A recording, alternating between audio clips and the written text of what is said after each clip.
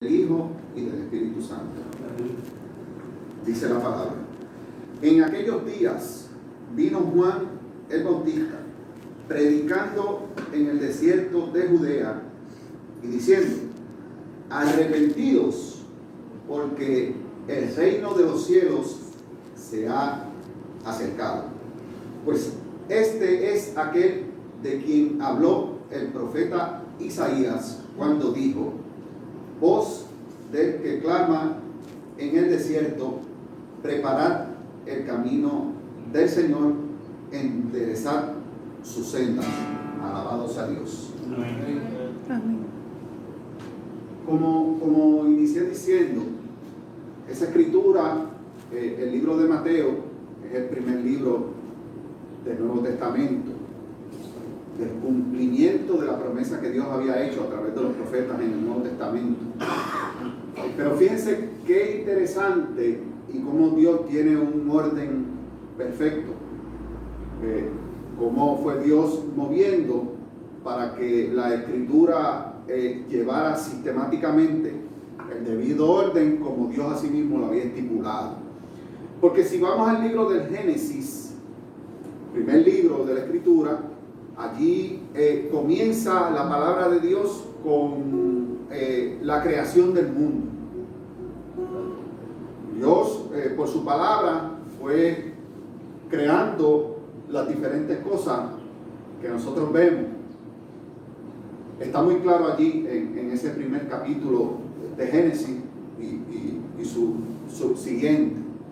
Entonces, el libro de Mateo comienza hablando de la historia del que hizo el mundo. Porque Juan, en esos versículos que yo acabé de leer, él es el precursor de Jesucristo, el que vino a anunciar que era necesario arrepentirse de los pecados, y porque él dijo: viene uno después de él, pero que es antes que yo no soy digno ni de desatar el calzado de sus zapatos o de sus pies. Bendito Dios. Venía después de él, pero era antes que él. Lo que sucede es que en el Nuevo Testamento Jesucristo viene encarnado en cuerpo físico, a nuestra imagen y a nuestra semejanza. En el Antiguo Testamento estaba Jesús desde la creación, porque su naturaleza es eterna con el Padre. Él estaba en la creación, él era la nube que cubría al pueblo de Israel cuando Dios lo saca de la servidumbre y de la esclavitud a la cual estaban sometidos por Egipto. Dios estaba con ellos, cuidándolos, dándoles la sombra que ellos necesitaban para no morir por lo que podía causar el calor inmenso que sabemos que hay en el desierto. En la noche, por la frialdad y por la oscuridad, obviamente no había servicio eléctrico, pues era Dios también. Jesús era la columna de fuego, pero no estaba encarnado. En el Antiguo Testamento ocurre eventualmente, progresivamente, la manifestación de Dios. Se veía de manera progresiva porque Él había hecho una promesa a Abraham de que le daría una tierra que iba a fluir leche y miel. Les está diciendo que les iba a dar un lugar de bendición. Era una promesa que Dios les había hecho como soberano, majestuoso, y las promesas de Dios no dejan, siempre son perfectas, siempre se van a cumplir. Pero vemos que el Antiguo Testamento, lo que nos eventualmente acontece de manera sistemática, era lo que posteriormente iba a suceder con Jesús. Esa tierra prometida a la cual Dios les había ofrecido, ellos lograron entrar desde luego, después de varias vicisitudes que se que ellos tuvieron que enfrentar por la misma desobediencia y por la falta de confianza. Pero para poder precisar, esa tierra es símbolo de lo que nos ofrece Jesucristo a nosotros: esperanza de un cielo nuevo y una tierra nueva, que nosotros solamente podemos entrar por la gracia y el poder de Dios a través de creer en Jesucristo. Es decir, el cumplimiento del tiempo de las promesas progresivas que se estaban haciendo en el Antiguo Testamento se cumplen con Jesucristo, con el que Juan estaba preparando el camino. Había muchos que conocían de la promesa porque Dios, a través de su Espíritu, ponía palabra en los profetas del Antiguo Testamento, donde ellos le anunciaban al pueblo que vendría un tiempo donde Dios iba a traer un Salvador, que era el sucesor del trono de David. El trono de David era una monarquía política, pero David como rey, guiado por la mano de Dios. La promesa iba a salir de esa generación, pero se iba a manifestar en Jesucristo, que venía de esa generación de Judá.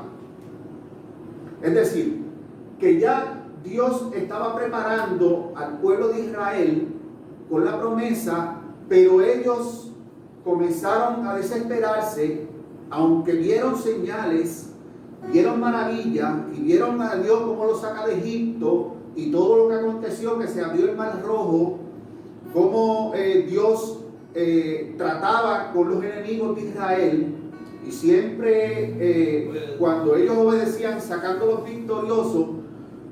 Pero a pesar de todo eso, por naturaleza humana, el desespero de ellos de reclamar dónde está la promesa, dónde está el cumplimiento del tiempo. Entonces Dios envía a Juan para decirles: está próximo a acontecer el nacimiento del Salvador. Amén. Sí. Cuando Dios se mueve en un orden perfecto, se revela de tal manera que lleva al ser humano hacia el propósito que Dios ha establecido desde la eternidad o desde antemano, porque en Dios es omnisciente, omnipotente y omnipresente. Él lo había organizado de tal manera que le revela.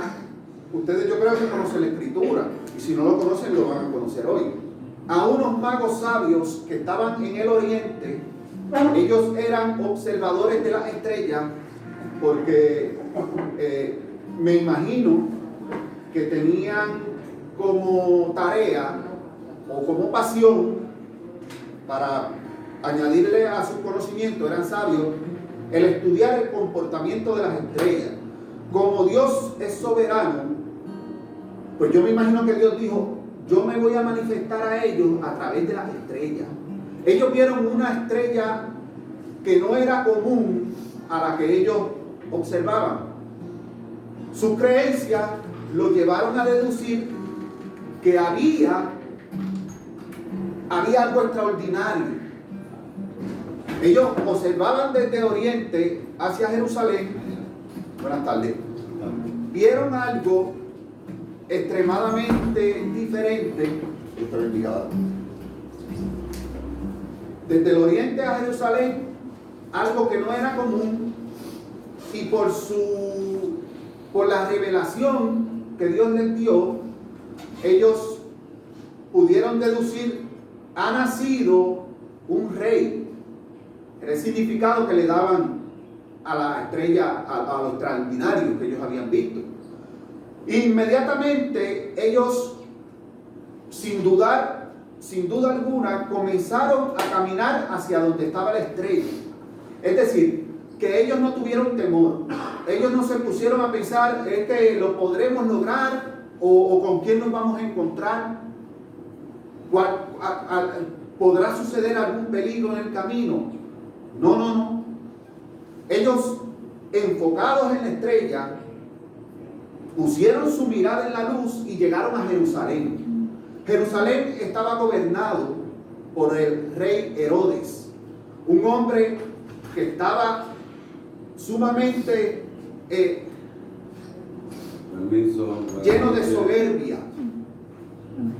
Como ustedes pueden ver, que todavía al día de hoy, en la mayor parte de los casos, los que gobiernan se llenan de orgullo y de soberbia por el control político que tienen en sus manos. Cuando los magos llegan donde Herodes, le preguntan ¿dónde ha de nacer el rey? Y entonces dice la Biblia que Herodes se turbó, pero esa reacción inducida por sus emociones, inducida por el orgullo, por el poder que tenía, se turba. ¿Por qué? Porque entiende que viene una persona a lo mejor a coger el poder que él tiene tan arraigado a su persona. Se turbó.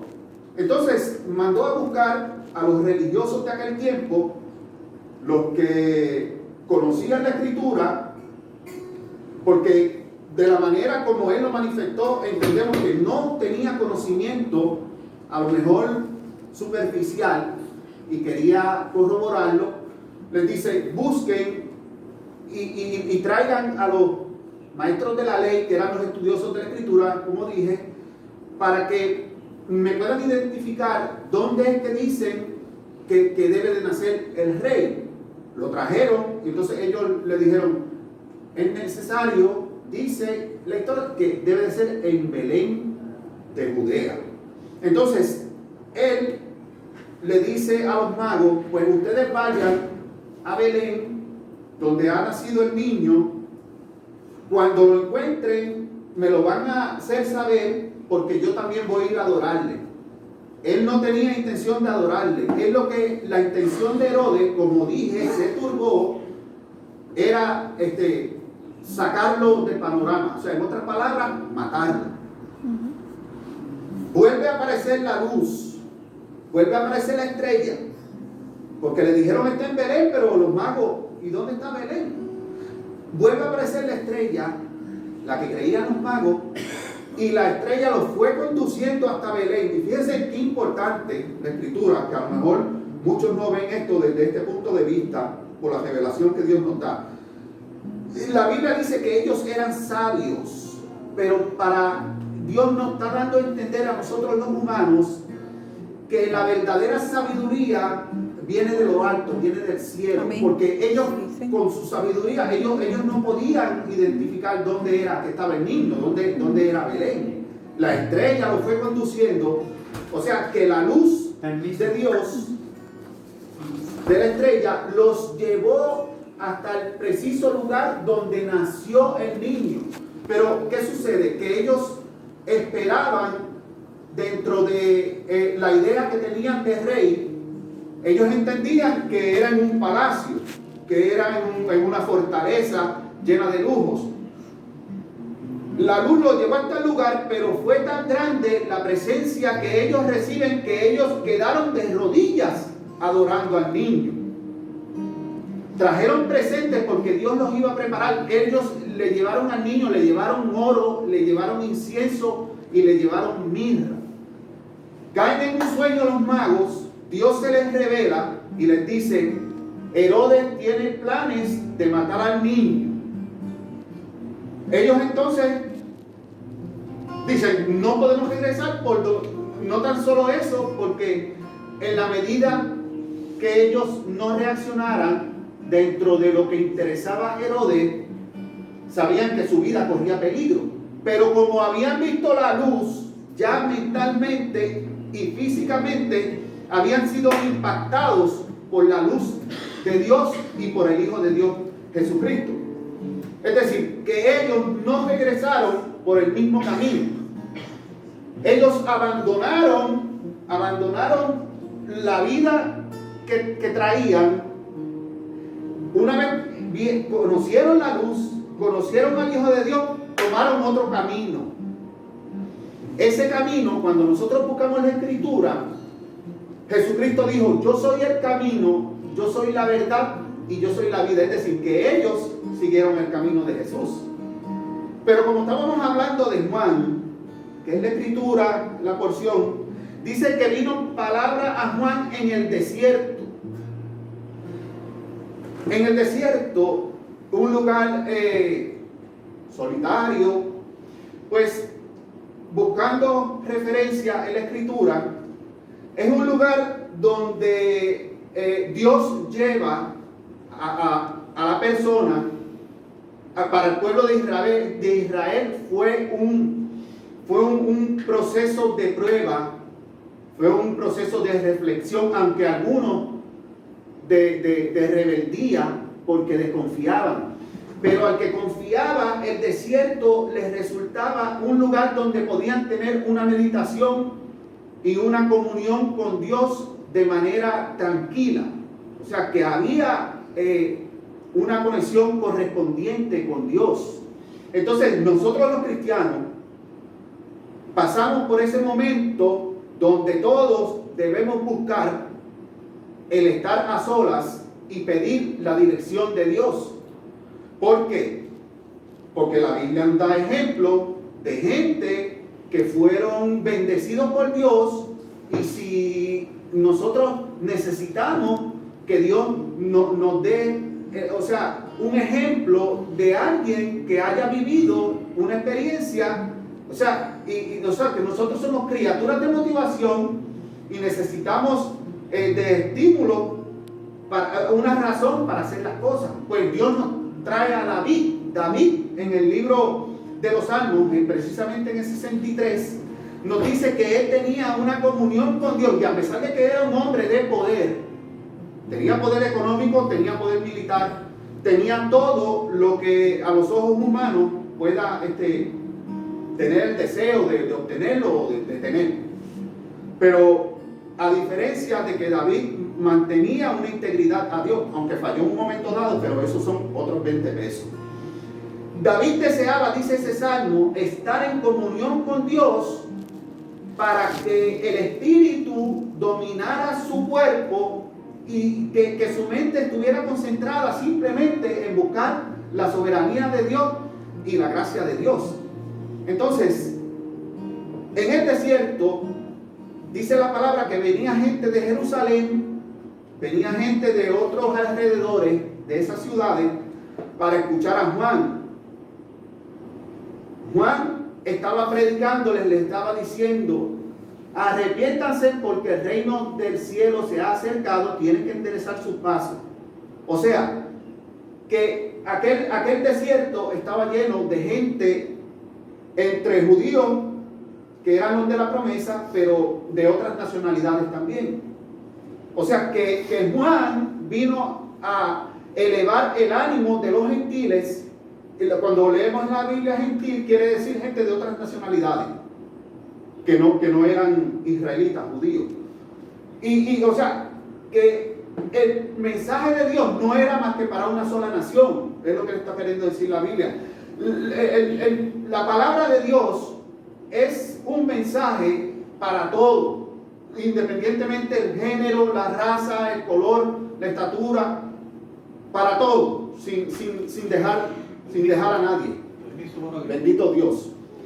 Entonces, venía gente de Jerusalén. Jerusalén era una ciudad donde se encontraban sometidos por el gobierno romano, que estaba oprimiendo a la nación de Israel, que eran los soberanos en esa tierra por cultura.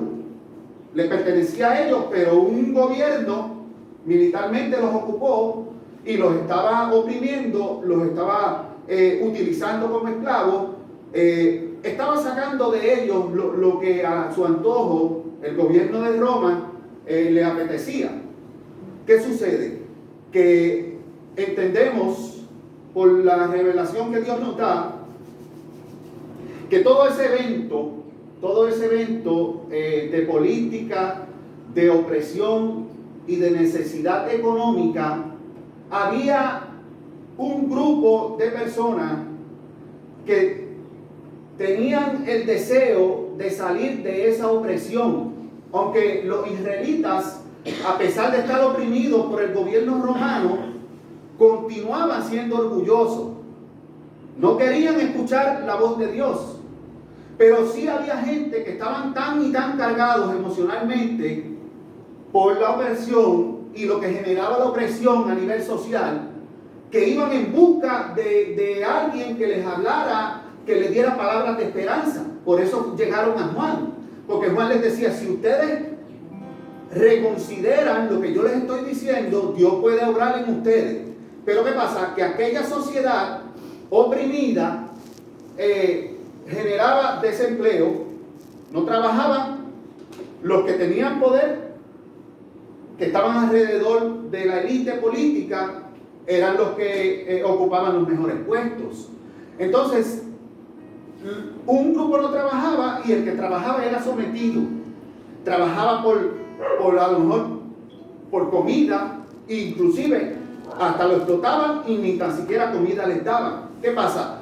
Que ese evento social trastoca la psiquis de ese pueblo o de esa gente y los turba mentalmente, y para ellos poder buscar mecanismos de defensas automáticos por la biología de nosotros los humanos, ellos buscaban entonces cómo ellos podían escapar de esa situación y de esa opresión psicológica. Alcoholismo. Había alcoholismo, había prostitución. Las mujeres se vendían sus cuerpos. Los hombres se volcaban al vicio, al alcohol, a lo que hubiera en aquel tiempo que los sacaba de la realidad que estaban viviendo, pero era la misma presión que tenían, no tenían dirección. ¿Qué sucede? Que si el padre caía en esa circunstancia de alcoholismo o de que no trabajaba, de que tenía necesidad, de que comida, pues vamos a robar.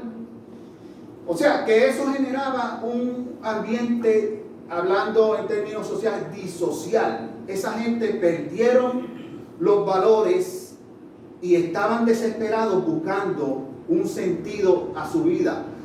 Juan les dice: arrepentidos porque el reino de los cielos se ha acercado. O sea, le viene a hablar de esperanza, le viene a hablar de que Dios conoce la opresión que ellos tienen y en Dios ellos podían encontrar el propósito y el sentido de ellos en ese plano físico que se encontraban. ¿Por qué? Porque cuando les dice arrepentido, le está diciendo: tienen que cambiar su manera de pensar. Amén. Si ustedes quieren tener una vida donde tengan esperanza, que no estén bajo la opresión psicológica, que no estén en depresión, que no estén oprimidos psicológicamente, es necesario. Juan le estaba diciendo: arrepiéntanse. Les viene a ofrecer un mejor camino, el camino de esperanza en Jesús. No hay otra cosa que humanamente nos pueda dar a nosotros un sentido real, verdadero y específico que Jesús. Si hay alguna persona que tenga una idea diferente, me lo deja saber. Porque Dios nos ha revelado la Escritura y nos ha dado la oportunidad de rebuscar la literatura, desde filosofía, psicología, sociología, otros estudios sociales y humanistas, y ninguno de ellos nos ofrece a nadie que haya ido a morir para darnos a nosotros vida y esperanza. Amén. Porque era el plan de Dios. O sea, que si el ser humano quiere buscar un consuelo realista que le pueda dar una paz absoluta, solamente Jesús es el que puede ofrecer la paz que nosotros necesitamos. Vemos que Herodes tenía poder, todo lo que tenía, estaba turbado cuando lo escuchó lo del rey. Eso no le daba felicidad, porque una persona con dinero y con el poder que él tenía, encontrarse en esas circunstancias donde dudaba de lo que tenía, es una muestra de que no tenía esperanza y que estaba soberbio. Entonces Juan vino a romper con todo eso. La gracia de Dios es absoluta. Ninguno, ni aquellos ni nosotros, nos merecíamos la gracia de Dios, porque la humanidad estaba caída. Pero Dios, dentro de su amor y su misericordia, está enviando a Juan, porque Juan dijo: después viene uno que los va a bautizar en Espíritu Santo y fuego. Ese es el sello que Dios pone cuando nosotros aceptamos a Jesucristo. Amén. Como nuestro único Salvador. Ese es el primer paso hacia la fe. El primer paso por la fe es que nosotros confiemos en lo absoluto que Jesucristo es nuestro Redentor y es nuestro Salvador. Pero lo que pasa es que se ha abusado de la bondad de Dios, y hay muchísimos que están haciendo mal uso de la palabra de Dios, se están beneficiando. Eso es algo que es necesario comprenderlo. Pasaba en aquel tiempo, había falsos profetas, hoy también. Lo que yo quiero que ustedes comprendan es que la verdad está en Jesús, está en la Escritura. Nosotros somos instrumentos de Dios que anunciamos la palabra, porque es lo que Dios nos encomendó hacer, y lo hacemos con mucho temor, con mucho temblor y con gran responsabilidad. Dios no me escogió a mí por ningún mérito, porque el mérito yo no tengo ninguno. La gracia de Dios me alcanzó. Su palabra me hizo entender que yo necesitaba arrepentimiento y que necesitaba sanar todo aquello oscuro que había dentro de mi mente y dentro de todo aquel que no ha aceptado a Jesús. Porque todo ser humano que viene al mundo, su naturaleza desde el nacimiento está caída. Estamos en rebelión con Dios. Para eso fue que Dios vino a reconciliar. Pero no fue el ser humano que cayó. O sea, nosotros no caímos, nosotros no lo escogimos, nosotros llegamos bajo esas circunstancias. Para eso Dios envía a Jesucristo en su inmenso amor, en su inmensa gracia, en su inmensa misericordia, para darnos vida y vida en abundancia en Cristo, porque no nos la puede dar ninguna otra persona. Porque sobre Cristo Dios es Dios de luz inaccesible, y a Dios el Padre nadie lo ha visto jamás. El que diga que lo ha visto no está en la Escritura y está enajenado, está dando una palabra que no es la correcta. Como Dios es una luz inaccesible, en Dios no hay oscuridad, en Dios no hay nada que sea impuro. La humanidad estaba caída. La humanidad, dice, la paga del pecado es muerte. El pecado tenía que ser pasado por el juicio de Dios. Y Dios, en su amor y en su misericordia, envía al Hijo desde la eternidad, que estaba desde la eternidad. Dice: te voy a enviar a ti con una misión al mundo. Eso fue lo que anunció Juan, que leímos en la Escritura. Yo te voy a enviar al mundo, y hablando en términos jurídicos, la pena judicial y el castigo va a ir sobre ti. Tú vas a cargar con el pecado, con la enfermedad, con todo pecado habido y por haber, por más oscuro que parezca. Jesucristo lo cargó en la cruz. Cuando él estaba a punto, que estaba luchando, que le dijo al Padre: si es posible que pase de mí esta copa, era que estaba cayendo el castigo encima de él, y se levantó las tinieblas, el enemigo de las almas, para que él no cumpliera el sacrificio que tenía que hacer para glorificar a Dios por nosotros. Y por eso es que en su sangre, si creemos en su sangre, nosotros tenemos perdón de pecados. Los fariseos eran muy orgullosos porque ellos entendían que ellos tenían una religión donde ellos conocían toda la verdad y ellos se pasaban haciendo obras para que la gente lo viera y se pasaban en las plazas. Eso era orgullo. Jesucristo vino a cambiarlo. Jesucristo dijo, ese no es el evangelio del Padre.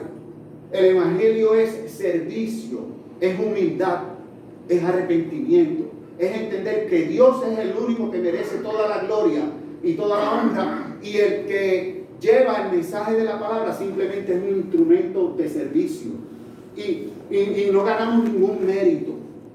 Esto lo hacemos por amor. Es un mensaje que se lleva, un mensaje de amor, porque fue lo que Jesucristo enseñó. Nadie puede beneficiarse de lo que no le corresponde. Y nadie puede adjudicarse méritos que no le corresponden, porque Dios no coge a nadie por ningún mérito. Dios escogió al ser humano por gracia y por amor, independientemente de su condición, para que entendieran que en su amor y en su gracia hay esperanza. Los fariseos, Juan los confrontaba diciéndoles, tienen que cambiar su manera de pensar, tienen que permitir que Dios haga la obra en su vida, tienen que creer, arrepentirse y creer en la sangre de Jesucristo. Como en el corazón está el odio, el rencor, está también la baja estima, porque muchas veces los eventos sociales, experiencias de la vida, marginación, errores que se cometen, hay un orden y hay establecido un plan de santidad en la palabra de Dios. La sociedad sin Dios, matrimonio quitándose la vida entre uno y otro, niños levantándose en residenciales públicos, en barriadas, en comunidades donde ven el ejemplo sin dirección del uso de sustancias controladas o de alcohol, se confunden a lo mejor por las situaciones del hogar de la familia y creen que eso es bueno y comienzan a hacer uso de alcohol desmedidamente, y eso trae y va generando otros males sociales que ustedes los conocen y que todos conocemos. Pues a eso fue que Dios vino a tratar, a darnos paz mental, que si nosotros creemos en el Hijo de Dios, comenzamos un nuevo camino. Lo que queda atrás, la imaginación y todo aquello que nos quita a nosotros nuestra estima propia y nuestra esperanza en Jesucristo, nosotros tenemos vida eterna. No miremos a los políticos, no miremos a los pastores, no miremos a los religiosos, nuestros ojos deben estar puestos en Jesús. Y como Jesús va a trabajar en el corazón, si trabaja en el corazón, trabaja